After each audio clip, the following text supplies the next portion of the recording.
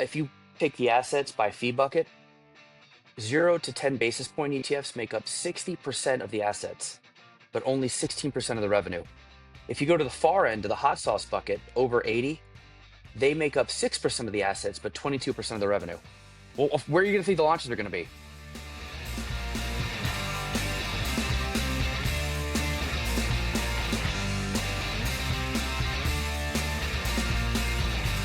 All right, joining me will be the one and only Eric Balchunas, Senior ETF Analyst at Bloomberg Intelligence. Of course, everybody knows who Eric is. He's simply one of the best in the business covering ETFs, certainly one of my favorite ETF analysts. Now, if for some reason you are not familiar with Eric, he co-hosts Bloomberg's ETF-focused TV show, ETF IQ.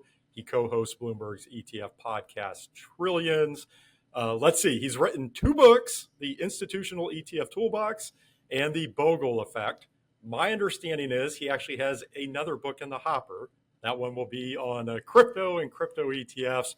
And then you can always find Eric out on X tweeting about both crypto and ETFs. And I know I always say this, but I think one of the things that I most appreciate about Eric is he has this uncanny ability to coin new industry terms and metaphors. So he's actually behind a lot of the phrases people just toss around on an everyday basis. Things like boomer candy and the ETF terror dome, BYOA, right? Bring your own assets, portfolio hot sauce. He has a bunch of these out there. I honestly don't know where he comes up with this stuff. But my goal this week is to try to get something new out of him. We'll try to get a new industry phrase, which I think we have a pretty good shot of doing because Eric and I are going to go all around the world of ETFs. We are going to cover it all. And I have decided to give Eric the full hour on this podcast because every single time he joins me, like clockwork, we're always short on time. So you're going to get a full hour of us.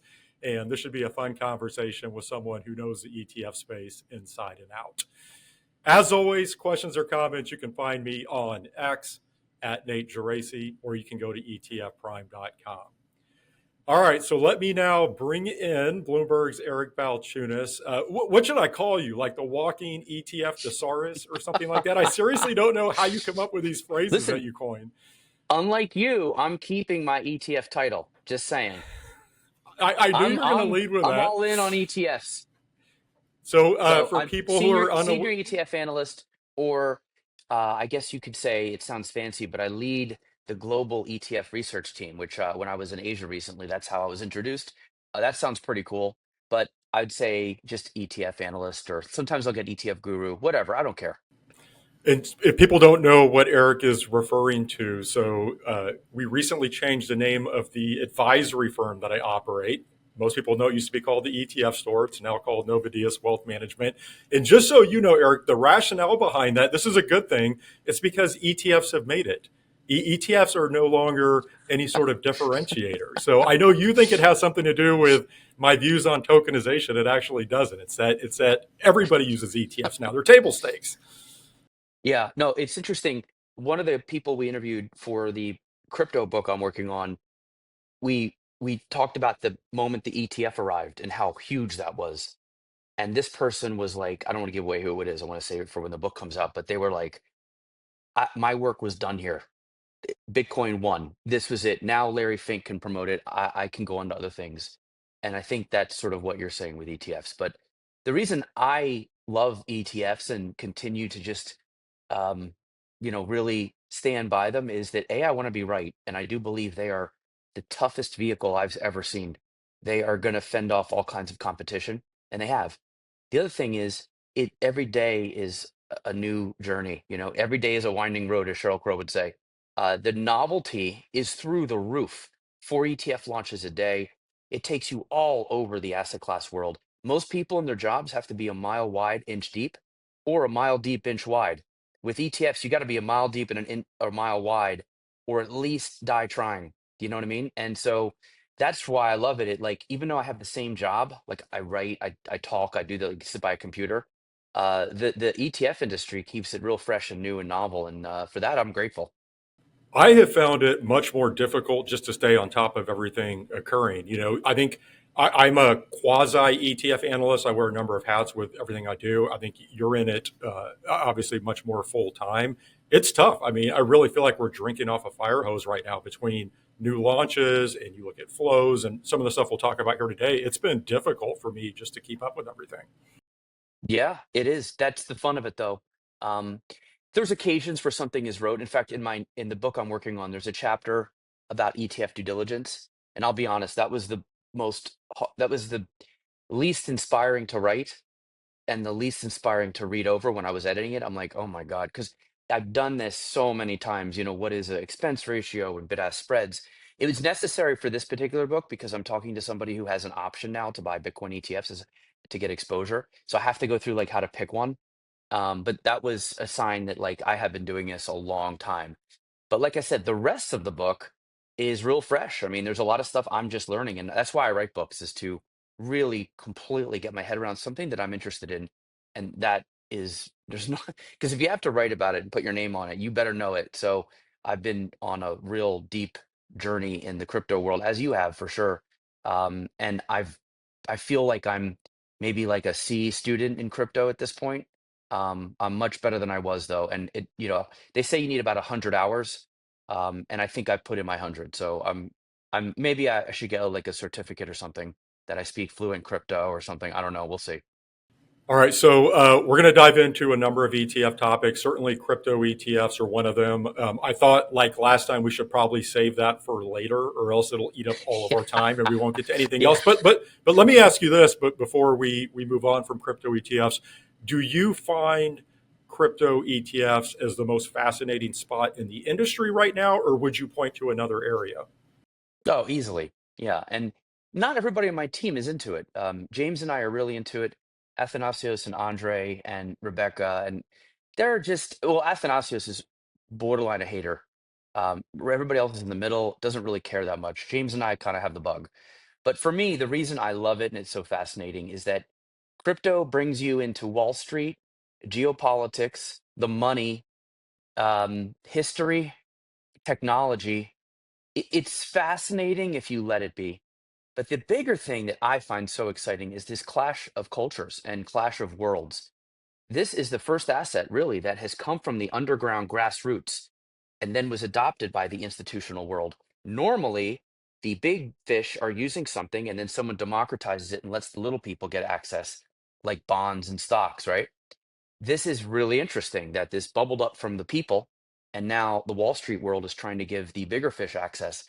And that means that you've got this collision of TradFi and DeFi. It's definitely a culture collision, and it's a generational collision. And I know this because now, for the first time, if I go to a crypto event, I feel old. Or when I communicate with some people on Twitter, I'm like, man, I kind of feel like the old guy now. And that is interesting to me.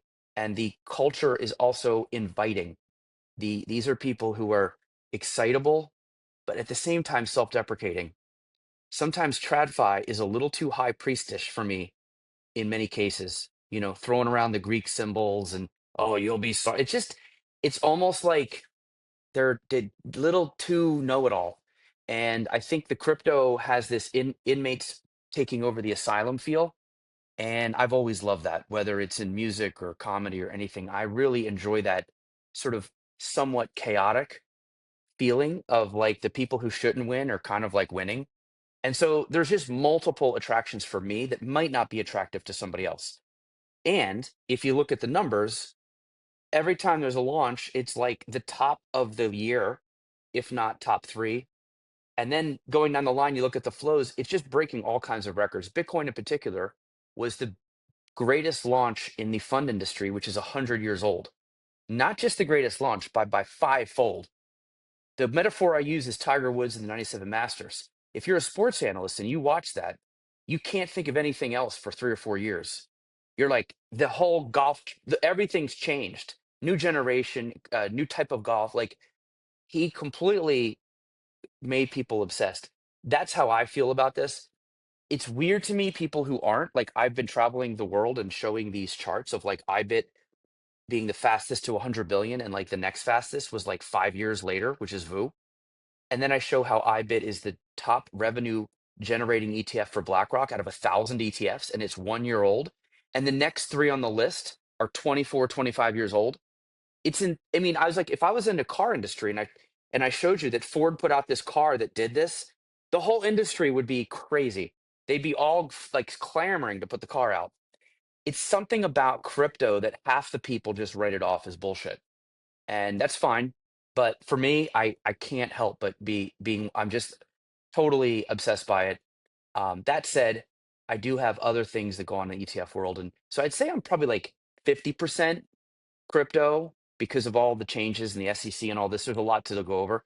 And then maybe 50% is on my sort of other things like Vanguard and gold and the 2X stuff. And, there's always stuff going on in the ETF world. So that said, crypto ETFs are only 1% of the asset. So you could argue I'm way too fixated on it. And I wouldn't push back on that. I probably am. Well, let's talk more about that last point. So, if we were to put crypto ETFs aside, again, we'll come back to those here in a little bit. What does have you most interested in the world of ETFs right now? Where do you find yourself focusing the most attention? You know, I, Interesting. Like, I suppose right now, probably all of well, okay, I'll give you the more sober professional answer and then the more like little like me being fascinated by crazy stuff. I think auto callables to me are probably the most interesting new category. I just put out a post that if you look at the Calamos auto callable ETF, it's came out in June. It's had inflows every week of its life. You never see that. I don't even know if iBit did that. Every week for 5 months straight, inflows almost every day. And Calamos is not a big issuer. This isn't BlackRock. Most people don't even know them from the advisor world. They're known for other things. They've gotten to ETFs maybe like 5 years ago. Anyway, this ETF is a very complicated ETF that uses option strategies to produce a 14% yield. And I won't go over exactly how it works, but we call this yield 3.0 or manufactured yield. Derivative, like ETFs that have big yields and the source of the yield is derivatives, is manufactured yield. Those types of yielding ETFs take in 80% of the flows, whereas income, like dividend ETFs, take in 20%. So there's this huge rush to manufacture yield. I mean, JEPI would be like the king of that. That's the equity income one. So this is I guess, an evolution on JEPI. It probably is a little riskier than JEPI in some ways, but like way less risky than yield max. But that whole area of like, give me some income, give me some yield, and you can find your perfect sweet spot for how much yield, for how much you give up in terms of risk. That is really fascinating. So I also hear a lot of buzz about auto callables. When I travel around, it's come up a lot. I've seen a couple filings. I feel like it's the early days of the buffer, when a couple of them came out and there's something new. But honestly, these have had even faster traction than the buffer ETFs in the first 6 months, 5 months. So that would be something that I'm watching and interested in. And that's part of our larger theme of Yield 3.0. That would be my like sober answer. And I guess my crazy stuff answer would be the leverage. I mean, 2x 2x, I call it the volatility barrier. These some of these issuers are really pushing the envelope and they're trying to outvol the next person. And they got an ETF at one point that had a vol of 350%, which the S&P is 16% or 15%. So we're talking like 20, 30 times more volatile than the S&P. It's a 2x quantum computing stock. And now they're trying to put 3x on that same stock. And I'm like, okay, at some point, we're just going to have like blowups be a regular part of life, or the SEC will say no. But that whole idea of like pushing the hot sauce, we call it the hot sauce arms race, is pretty fascinating, interesting to me. Now, I'm always interested in Vanguard and VU, and like VU's not going to have a record of 100 billion, but I guess suppose my last book was on Vanguard, and I really was in Vanguard world for like years. I find that like something that I know exists. It does its thing. There's nothing quite new there, but you can't deny the just studness of VU and that sort of low cost beta ETF bid that is just relentless. We call it the Vanguard put. That's also been fascinating. So there's a couple themes that are outside of crypto that we're interested in. A couple of follow-ups I would ask you on that. First, with auto-callable ETFs and really options-based income ETFs overall, and then you mentioned the leveraged ETFs. I feel like this year there's been a lot more debate within the industry as to whether or not products like these should exist. Like we recently had filings for 5 times leverage, single product ETFs. I think I know where you stand on this, but I'd love to have you just elaborate on that because there's a lot of consternation. You have some of the ivory tower people in the industry saying these should not exist out there. They're bad for retail. They don't understand them. What's your take on that? It's interesting. I guess there has to be a line somewhere, right? So I have no problem with 2x ETFs. I really don't. Um, I feel like if you are a health food fanatic, you're going to walk around and trash McDonald's. You probably think McDonald's shouldn't exist, but most people, not everybody wants to eat health food all day long. So I just look at these as like Jack Daniels and McDonald's. Um, if you think if you think they are sort of wrong or bad, that's because you like health food. Fine, but you have it's okay to gamble. It's legal to gamble. I could go to Vegas tomorrow with all my money. In fact, I don't have to go to Vegas. I could probably just use the internet and put everything on roulette, black or red, and lose it all in 1 second. At least it takes a little while to lose your money with these. That said, there are products that you will eventually lose on, probably. I mean, rarely. It's just sort of like going to the casino. You might win for a while, and you'll probably eventually lose. But look at it as ROE, return on entertainment. Did you have fun? Was it, again? Some people like to do this while the paint dries with their 60/40 because it's so boring as hell to watch something grow for 30 years. The key to investing, the most important thing in investing is compounding. It's magical. But the problem is it takes Buddhist monk like discipline and patience. And not everybody has that. So people like to fiddle around with some shit while that tree grows. And so what? I can't, I'm not an ivory tower guy. I can never be that guy.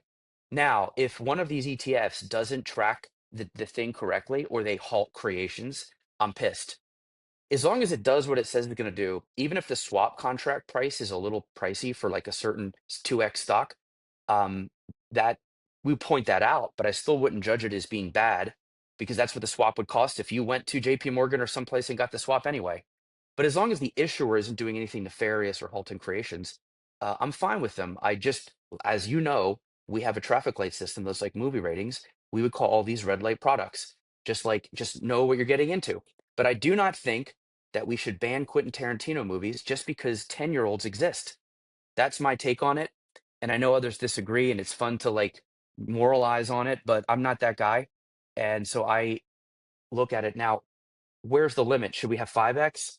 Probably not. The problem with 5x is you only need the stock to move like what, 20%? And some of these stocks are pretty volatile. We did a study and found that even 3x, you have multiple blowups already in the single stock world. So because 2x, you had one blow up in Europe already, the AMD 3x, sorry. So with 3x, you probably have a blow up every like few months. With 5x, you'd have a blow up like every few weeks. So when I say blow up, I mean like it goes up so much that there's a termination event. But also the swap people might not want to write swaps knowing that it could go down below 100%. So this gets into like, I don't know, maybe too far. So because then we get into should McDonald's sell heroin? So like there is a point where it's like, okay, well, McDonald's is fine, but like, yeah, let's not put fentanyl in the fries.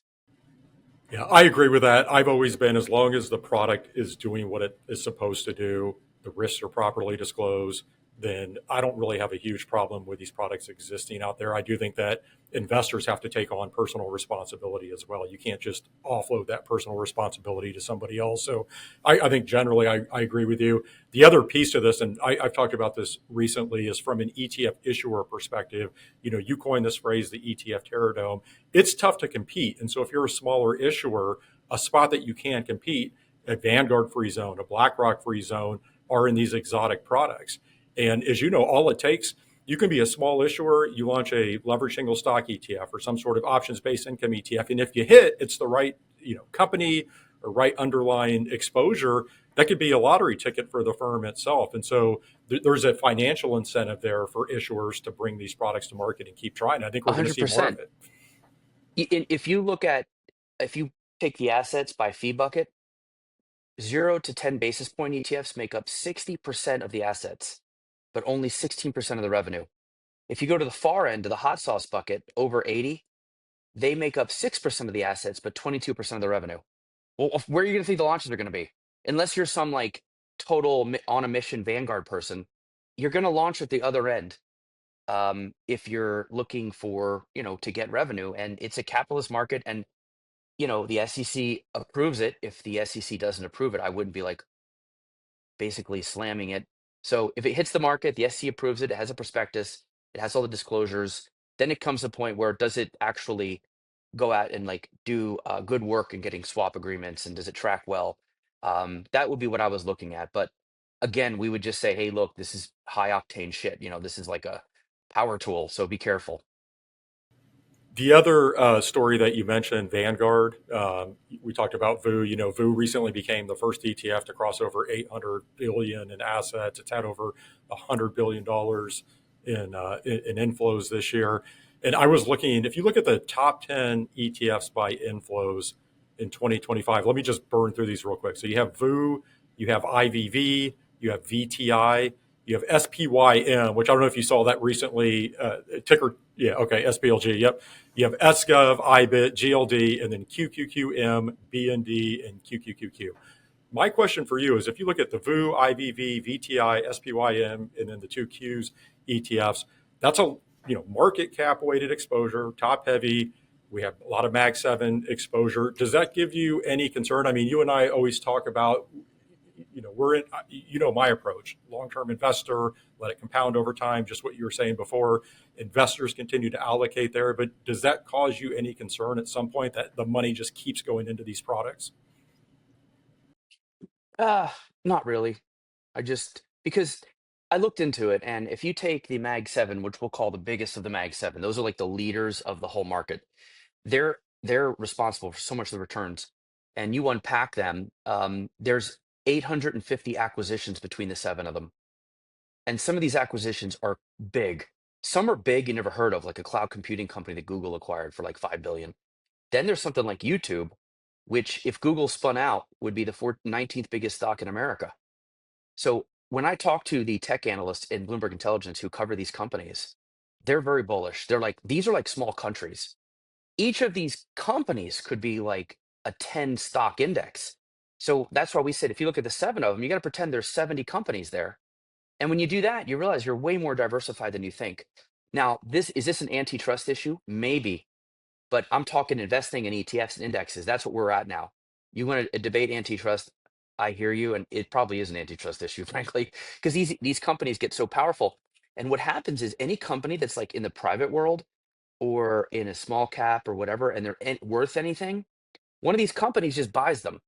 So they're like the LA Lakers or something, where they're just getting all the best players from like college and like high school, and they're just absorbing them into the company. So you'd be an idiot not to own these, especially at the weight of the S&P, in my opinion, because the CFA brain that you've been taught will tell you to go rebalance into small, middle, equal weight, something international. I totally get it. But that is looking at these as like the old school tech stocks with no cash on hand. That's the other thing. They have so much cash.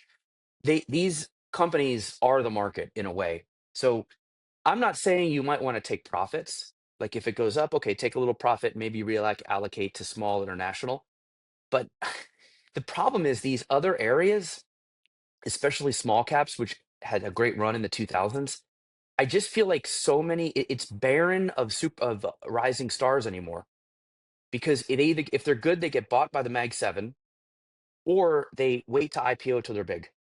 So like the small caps is no longer a farm league of prospects, it's a dumping ground. And so the market, in my opinion, has some secular changes. Passive is blamed for this, but it's not, in my opinion. It's the growth of these mega diversified, almost holding company tech firms in Mag 7. That's the new thing. The sort of no more antitrust rules at all. Let's just let these guys get really big. That to me is the new sort of secular shift. Index, and by the way, if any of these Mag 7 were not good, active would sell them, and their market cap would go down, and they would have a less weighting in the index. The reason they run the index is because active loves them. And so if active loves them, I'm not going to question that. They have all the information, and passive is riding those coattails. So I have learned, and the more I have been around, I feel like, that midwit meme, the market loves to punish midwits. You got to be like the dum dum or the jetty, which is like, oh, good stocks are good. Like that's it, don't overthink it. And if you don't overthink it, you win. You'll beat all the overthinkers long term, in my opinion. I could be wrong. That doesn't mean there are going to be pullbacks, and there could even be like a year or two of bearishness. But like betting against these US stud companies with the smartest people running them that work like fucking 100 hours a week, and they've got all this cash and all the smartest people working for them. Are you insane? People have let their CFA go to their brain a little too much, in my opinion. And I get it because they're probably like, well, I have to do something different to like show that I'm a human who can beat the index. It's tough. It's an existential crisis for active managers for sure, because we looked at the data in the past year, only 20% of active managers beat the index. So it was even less than their normal 33. Why? They all were underweight tech because they were told it's, oh, this is it, that now we got to rotate, oh, rotate. Well, they rotated, and Mag 7 is up like, I don't know, 50% since the tariff tantrum, and they are trailing again. And so, like, these are the smartest people. So we always say never go full CFA. You have to look at the Jedi and the Dum Dum on the midwit curve and make sure you're thinking of them when you invest. That's, again, in our opinion, that's what seems to have worked long term. And so I don't worry about it. But does anything change that? Like I think this year you've had international outperform large cap US. Ugh. We'll see if it's Yeah, listen, sustained, the but that's people who always bring the that up, yeah, I got to address that. Okay, international had gotten their clock clean by the US for many years. US is up 50% heading into this year in the past 2 years. That's 25% in each year. You're only supposed to get 9 or 10. So it is like 2.5 over the average. This year it had a tariff tantrum, it goes down. Everybody, I know, every headline was like, market sucks, Trump's ruined everything, it's all going to hell. Every economist, market starts going back. They still try to get it to go down. They're like wish casting it down, goes up and up and up and up. So that just, it's a minor miracle. It's up 14, 15% this year in general, after it just returned 50% in the 2 years prior. So international's up a little more. Like I think right now, US, the Qs at least, is about to beat Europe year to date. But since the tariff tantrum, the Qs is up 50%. So I think that international beating the US thing is a little bit cherry picking. It's sort of like I don't know, like when the Dolphins beat the Patriots in like the mid 2000s in the regular season, it's like, okay, fine. Patriots are 13-3, they're going to the Super Bowl, whatever. Like you really want to like hang your hat on the Dolphins beating the Patriots in week 12? Fine, you can do that. so you think it's like it's another mid-twit take, bringing up It international is. right now. It's a Okay. midwit take. I agree. Oh yeah, sorry, That's midwit. Yeah. yeah. Okay, so we've touched on flows. We touched on the parade of leverage single stock and options based ETFs coming to market. As I think about stories that are getting a lot of run this year, obviously another one is the multi share class structure, this ETF share class structure, which quite frankly, I'm a little bored with. Like, I'm trying to find an exciting angle to this, and I really can't. But I think this is going to be impactful to the industry. And so, do you have any hot takes on this? Anything that you find particularly interesting here? Yeah, we use the meme or the metaphor from There'll Be Blood. When Eli asked Daniel Plainview about the bandy track, I can finally sell it to you. And Daniel Plainview's like, don't worry about it. It's already been had. And he's like, how? He's like, drainage, Eli, drainage. And that's when he goes into I drink your milkshake. He says he put the pipe in here and he drained the bandy track from over here. This is what the ETF share class is going to do. It's going to drain the mutual fund share classes of their assets because everybody wants to move. And if you can move without a tax consequence, God bless it. That's what people are going to do. We know this because the Vanguard share class patent has been around for like, what, 20 years? And that's what people do. Did you know the Vanguard 500 mutual fund is at now flows the ETF inflows and the CIT inflows? So not everything's going to the ETF. Some goes to the CIT. But the point is, people are, when given a chance, and that's only a 1 basis point difference, by the way, from food to like it's 1 BIP, and they're like, yeah, let me switch. So I think in these active funds, if they like the manager and like, okay, this is great, I can get the manager for a lower fee and a tax efficient wrapper. Why wouldn't you move? There's no tax consequence. So I think DFA will lead the way. They seem to be like the real guinea pig here. And if they start to see success, I see others following. I just don't see it happening overnight. I think it's like everyone's going to dip their toe in the water. Then if there's like a couple people like DFA and Capital Group, you get a couple big ones, then it could be a little bit more like a floodgates opening.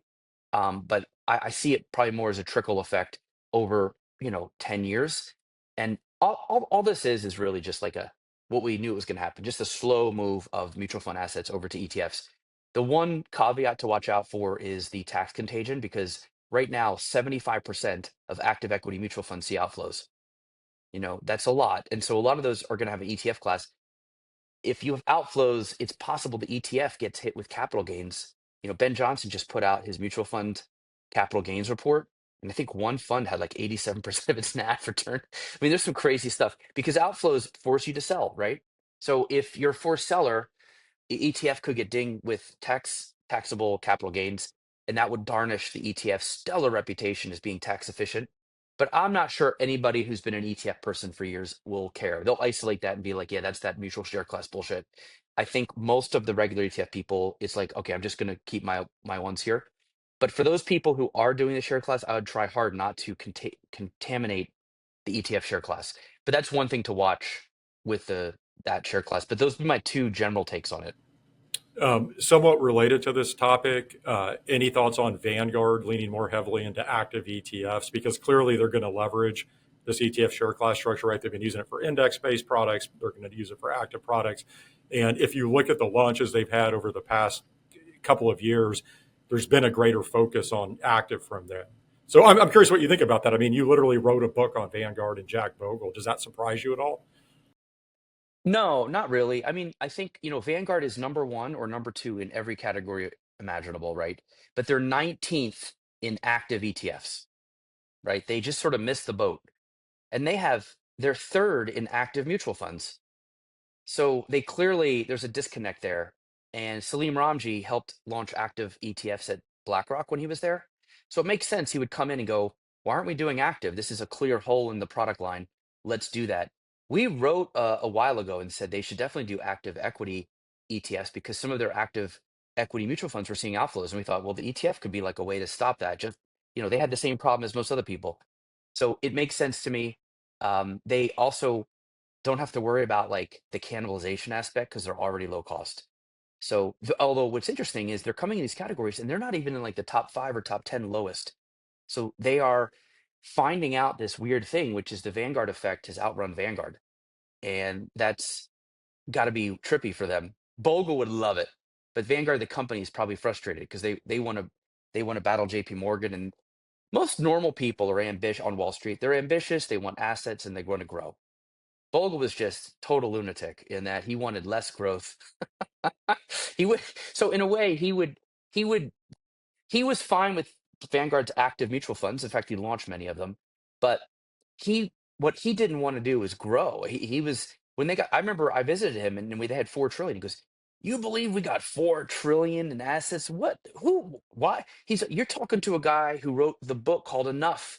He wrote a book called Enough, and now they have 10, right? So the reason he didn't want to be big was that he thought they would lose sight of every customer being a soul, a person, a human being with a soul. And like, he wanted to make sure that they never lost that. And when you get that big, you can tend to lose your focus on and even knowing who your customers are because they're all like numbers and stuff. So that's where Bogle would probably be fine with low cost active.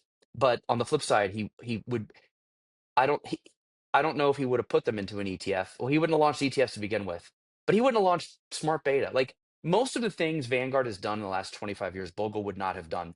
But I personally would have. I think, in my opinion, kind of spreading out and making the whole industry cheaper is probably good for everybody long term. But he thought the company itself would be damaged by that by being too overextended and forgetting about the actual like it was like the sort of inverse Jerry Maguire thing where you're like, we need less customers and focus more on each one. This is the opposite. And this is part of just why I called the book the Bogle effect and not the Vanguard effect. I could have sold more copies, Nate, because hardly anybody knows who Bogle is, but everyone knows who Vanguard is. But I did that because I realized after that like Vanguard will eventually be run by normal, ambitious MBA trained people, but Bogle will always be the anomaly in physics. The total, just he's the oddball, not the company. And that has aged well. I'm so happy I named it that, even if it did limit my sales. Looking for ETF options from one of the top asset managers in the industry? Visit i.fidelity.com/ETFs to explore Fidelity's lineup and more. Fidelity Distributors Company, LLC, 500 Salem Street, Smithfield, Rhode Island, 02917. Fidelity Investments is an independent company unaffiliated with Verify and other third parties on this podcast. There's no form of legal partnership, agency affiliation, or similar relationship between Verify, Fidelity Investments, and other third parties on this podcast, nor is such a relationship created or implied by the information herein. Fidelity Investments and/or Fidelity refers collectively to FMR LLC, a U.S. company, and its subsidiaries, including but not limited to Fidelity Management and Research Company LLC, FMR. Exchange is more than a finance conference. It's a community. The insights, connections, and strategies you'll gain will last long after the event ends. Join us for the most valuable few days of your year. Exchange 2026, March 15th through the 18th in Las Vegas. Visit exchangeetf.com to register now.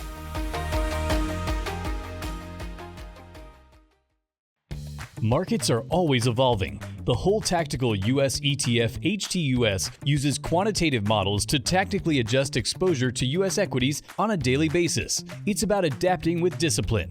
Learn more about HTUS and how it can complement your investments at wholetacticalfunds.com. Carefully consider the fund's investment objectives, risk factors, charges, and expenses before investing. This and additional information can be found in the fund's prospectus, which can be obtained by visiting wholetacticalfunds.com. Read the prospectus carefully before investing. The fund is distributed by Northern Lights Distributors, LLC. A couple other stories I'll ask you about this year that just jump out to me. Private credit ETFs. As you know, this was a huge story coming into the year, but if you look at flows and assets, I think these ETFs have highly underwhelmed, at least relative to the hype. And so my question for you is, I guess, A, do you agree with that they have underwhelmed? And then if so, why do you think investors haven't been more interested in these? I think they just aren't that interesting. For an institution, they understand why private credit can be interesting, I think. But for a regular investor, I just don't. It almost reminds me of like a permanent portfolio. There's certain things that play well in the institutional world that just don't play well in the advisor world, and I think this could be one of them. Because if you look at like something like CLOs, they were put in an ETF wrapper and they did really well because they really they had some good attributes that weren't available at that time in bond ETFs. But with private credit, you can kind of get the same yield in like a high yield fund. Like there's senior loans, there's multiple options to get kind of the same attributes. And so there was really nothing new. And like if you asked a retail investor to name a private credit, they couldn't. Now, private equity, different story. I think there it becomes sexy because they do know private equity, like SpaceX and some AI companies. Like they hear about these companies that aren't public from time to time. And when you give them something like that in an ETF wrapper, I think they'll respond. And we've seen that in XOVR, which is this guy, I forget his name. I should know his name, but anyway, I forget the company even. But it was like total indie company, like nobody knew this fund, and it just changed structures in about a year ago to a public privates crossover. It added 10% SpaceX, and all of a sudden flows started coming, and now has 400 million. And for a no-name product, that's really interesting. And it shows that there's probably some unmet demand for private equity in the ETF wrapper. So I've seen more private credit filings, but I'm surprised no one has just copied XOVR and been like, we're going to put these private equity stocks, not stocks, but companies in the 10 to 15% illiquid area. And then maybe even try the State Street move where they can maybe like say, well, Apollo will offer a market. We can actually go beyond the 15%. I'm surprised the equity side hasn't been pushed as hard, given that the market has spoke. They're clearly more interested in private equity than private credit. We'll see. The other thing is the private credit ETF was 70 bips, I think. And so for what you're getting, that confiscates a good chunk of what the income would be anyway. Maybe it needs to be cheaper. So there's a couple of things I'd like to see maybe tried again, but that's my thesis on why that was a lot of hype and it didn't take in too much. Seemed to underwhelm. Yeah, I agree with you on the private equity side. I also think it's a much easier story to tell because there is the narrative, which is true, that there's a lot of companies that are staying private much longer, and the average investor can't get access to those. So if you can figure that out in the ETF wrapper, I think that's an easy story to sell. And some of these companies, SpaceX, we can go on down the line. They're interesting. They get a lot of headlines. I think there's a lot of buzz there, so it's something that investors want exposure to. Before we close with crypto here, any other ETF stories on your radar for this year? Anything jumping out at you? Not really. Yeah, I'm pretty blank. I riffed off some of the most important things. The buffer ETFs is I was going through my PowerPoint that I just did in Asia.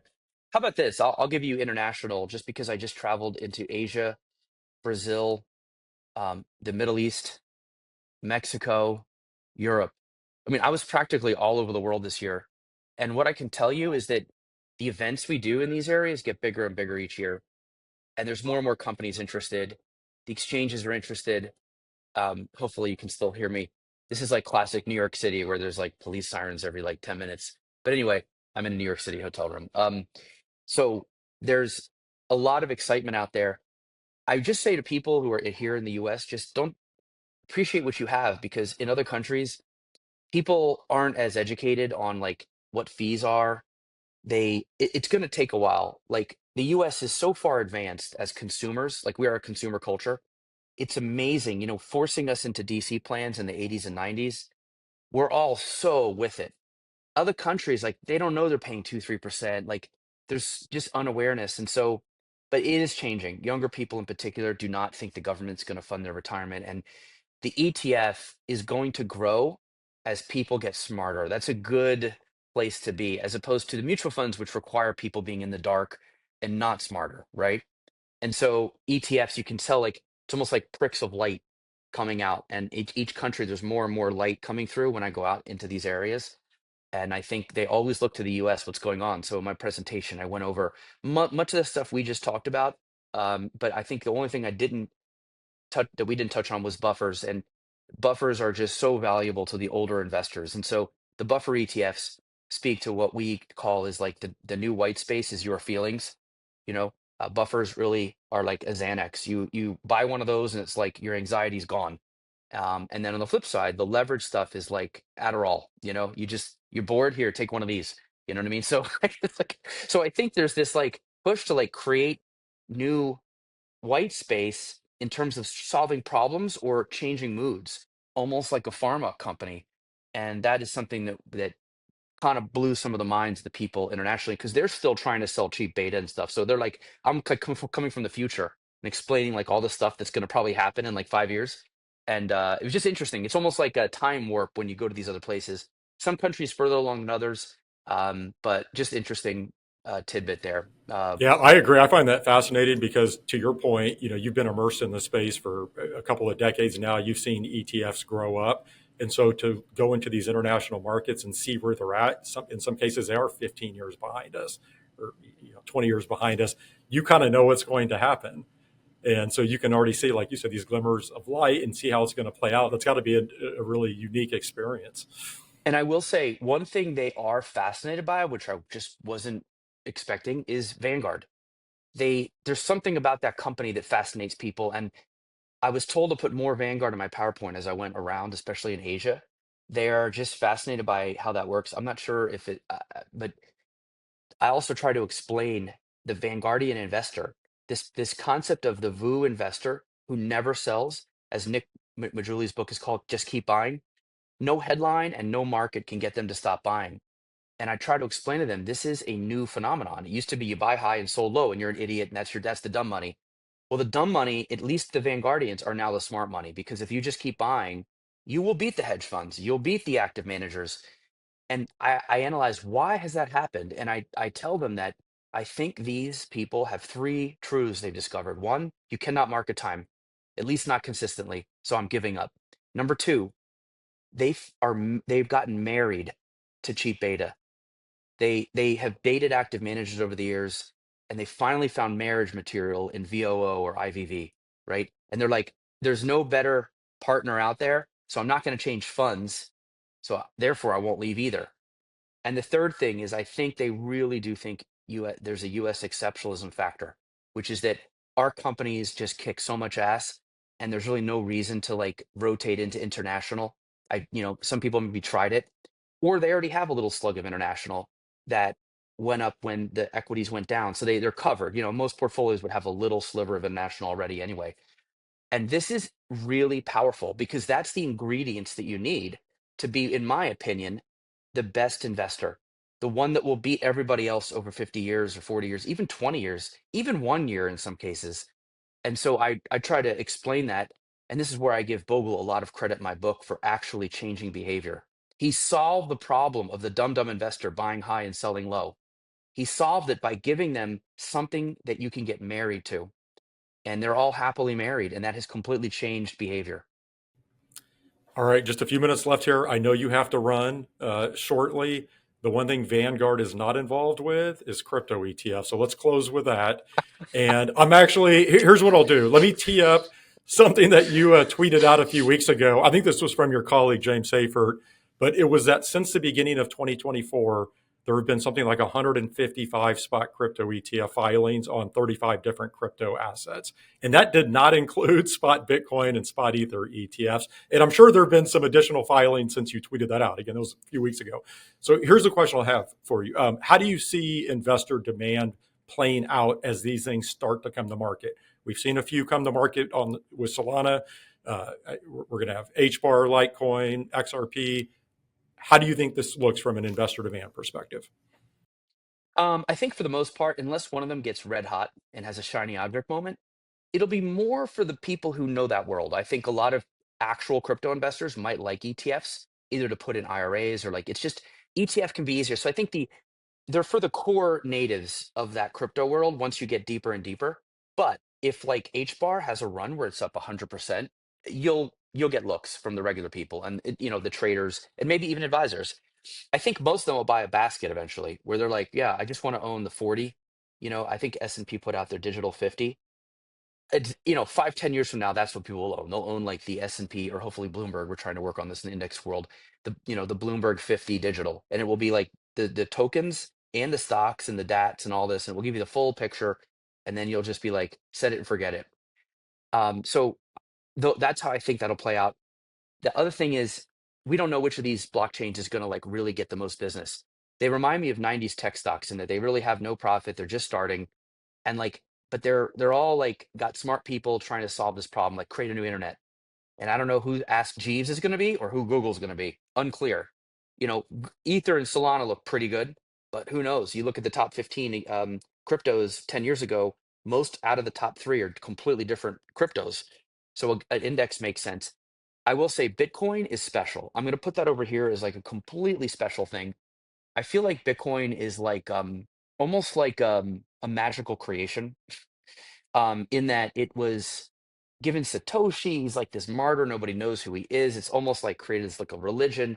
It is truly decentralized.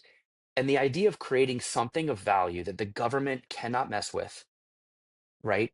Like a Picasso painting, like a fancy car, like a Mickey Mantle rookie card, right? But it's accessible. All those other things are only for rich people to fight inflation. Bitcoin comes along and makes an inflation fighting asset a store of value that's highly accessible.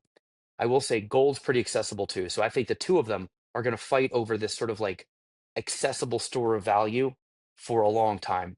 Bitcoin, though, has the benefit of being more portable, especially for people in other countries. They want to like leave a communist dictatorship or something. They can just cross a border with their seed phrase and they don't have to like worry about getting like their gold taken.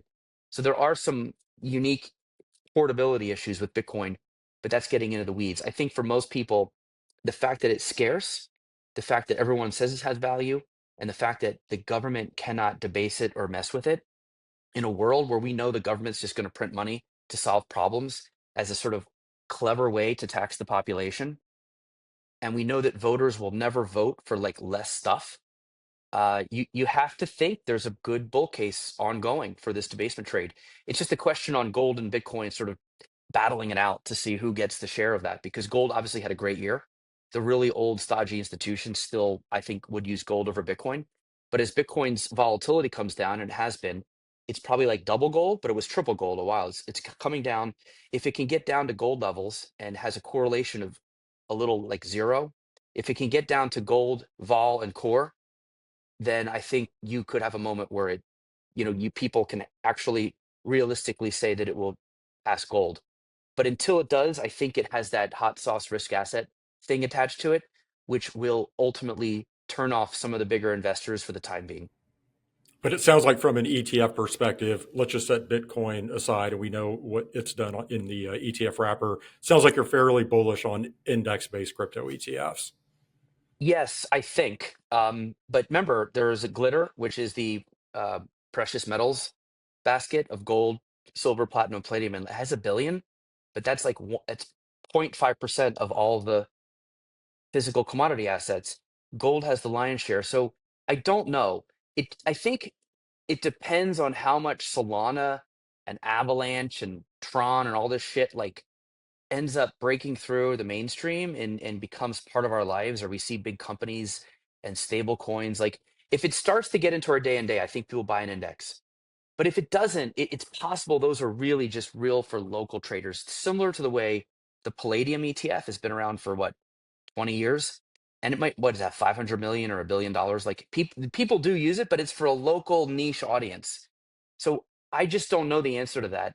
The more I research, and obviously you're a real fan of tokenization, if we do go into a world where we have digital assets, then definitely a basket of those cryptos will be very big, because people will be like, yeah, this is the new internet. This is the new web. I need to own this. We'll see if we get there.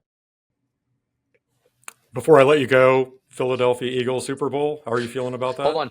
You're not gonna. So do you want to just you're not gonna counter on the tokenization? I I'm need to not, hear because I you. feel like if we go down that Ah, path, that's a yeah, we whole have no nother time. hour. We don't Okay, have time listen, to do we're that. gonna have a Yes. part two. Maybe I'll have you on, and I'll basically ask you why tokenization is overhyped. Uh, I love it. it's not. Because yeah, there's so many threads to pull I there. know. I'm not bearish. I'm not bearish the way I was DI. I just think right now it's a niche case. If you tokenize VU, I think you get to digital asset people and emerging markets. But the blob of money is not going to leave VU. So I think tokenization actually helps spread ETFs to get to people in the platform they like for now. Now we'll see if we all, us boomers, I'm not a boomer, we're Gen X, but we get called boomers by the crypto people. If we all convert to digital wallets, then I would be more inclined to think tokenization takes over. It's tough to see like digital wallets replacing Schwab, but there's a lot of energy in it and interest behind it. So I'm much more open minded than I was with DI. The question I always ask you on this is, do you think ETFs are the final investment wrapper, that it will never be better than that? That's always my Well, high level counter. when I've been traveling, a part of my PowerPoint is like, here's why I'm not bullish tokenization in the short term. I used to say you can roll out of bed, but I don't even anymore. I can say you can literally wake up in bed, grab your phone, boom, boom, and you're going to own any asset in the world for almost no fee in 1 second. It is tough to disrupt that. So I don't. That might be the end game. That is investor utopia. I'm not sure unless you can think it. Unless I can just think, hey, I want IBIT, and it like maybe Elon gets like this stuff linked to our brain, and I can just think about it. That might be disruptable.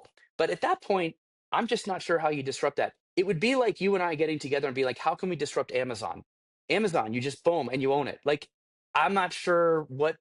I just don't see how you're going to make life better with a token in that case. So I just say ETFs are actually tokens, but with the benefit of being regulated, right? Coming from these big brands, the creation redemption process involves all of the sort of back office of Wall Street. Just seems like it's actually a better, more anti-fragile version of tokenization. But again, that in the bed scenario, until you explain how my life's going to get better, because they say in order to disrupt something, it can't just be 1, 2% better. It's got to be like 20, 30, 50% better to get someone to shift. So I don't see it. All right, we're gonna have a full debate on that. Eagles, give me a Super Bowl prediction. Uh, Are they going to make ooh, it? And if they do, a are lot they of going to it win? depends on AJ. It's all these diva wide receivers, Nate. AJ Brown. The year we sucked and lost to Tampa in the first round, AJ Brown went full diva, and yet last year he was real in he was had good spirits. This year he's kind of going back and forth. So in my opinion, if Jalen Hurts can just feed AJ the ball consistently and keep his diva emotions subdued, I think we can go all the way. But there's something happens with AJ. He starts to get the team out of sorts, and that's a variable that's real. But other than that, we have the talent and we show we can win, and so I'm pretty confident. But not again. There's that one. It's like that's the tail risk, Nate. How about you? How All you right. feeling about the Chiefs? Chiefs have to make the playoffs first. It's not a given this year, but I'll say what I've told you for the last several years, which is if they get into the playoffs, you have to kill Mahomes. And we saw it last year, right? Because Chiefs barely won like 10 games. They were all one-score games. They ended up on the right side. Everybody thought they were vulnerable. Obviously, the Eagles showed that in the Super Bowl, but a lot of people didn't think the Chiefs would even make it that far. And I think as long as you have Mahomes, as long as you have Andy Reid, and those players, they're just going to be a tough out. And if you think about the teams that they would have to go through in the AFC, they're in Buffalo's head big time. Buffalo can't beat them in the playoffs. I don't trust Lamar Jackson in the playoffs. I don't think Baltimore's going to be there. Maybe New England looks a little bit better, but they haven't been there. Daniel Jones at Indianapolis, are you really going to put your faith against him, against Mahomes in the playoffs? I just don't see who it's going to be that drives the stake through Mahomes' heart, and that's what you have to do. But I'm hoping for another Eagles Chiefs Super fair. Bowl. I want a rematch. It's good TV. So, I know. I bet you do. I did, and now I feel satisfied. Hey, I like the sports hot takes. Always love your ETF hot takes, Eric. Nobody covers the ETF space as well as you do, so I appreciate your time. Thank you for joining me. My pleasure, Nate. Talk to you later. That was Eric Balchunas, Senior ETF Analyst at Bloomberg. That'll do it for this week's ETF Prime. I want to thank one of our sponsors, Aberdeen Investments. If you would like to learn more about Aberdeen Investments ETFs, you can visit aberdeeninvestments.com/active-ETFs. Next week, I will be joined by Paul Bayaki, Chief ETF Strategist at SS&C Alps Advisors, another tremendous industry resource. And we're going to cover a number of ETF topics and highlight a few Alps ETFs as well. Until then, have a great week, everyone. ETF Prime is hosted by Nate Geraci, president of OTR Media, LLC. Nate is also president of investment advisory firm Nova Diaz Wealth Management. While OTR Media and Nova Diaz are related by common ownership, they are separate and distinct entities, and anything discussed on this program should not be construed as an official statement by Nova Diaz. This program is for informational purposes only and does not constitute investment advice. Investing in ETFs involves risk, including possible loss of principal. Any past performance figures discussed are not necessarily indicative of future results. Some guests appearing on this program may also be financial sponsors of ETF Prime. OTR Media and Nova Diaz are not affiliated with VettaFi or any of its affiliates. VettaFi's participation in this program should not be construed as an endorsement or an indication by VettaFi of the value of any OTR Media or Nova Diaz product or service. Visit etfprime.com for more information.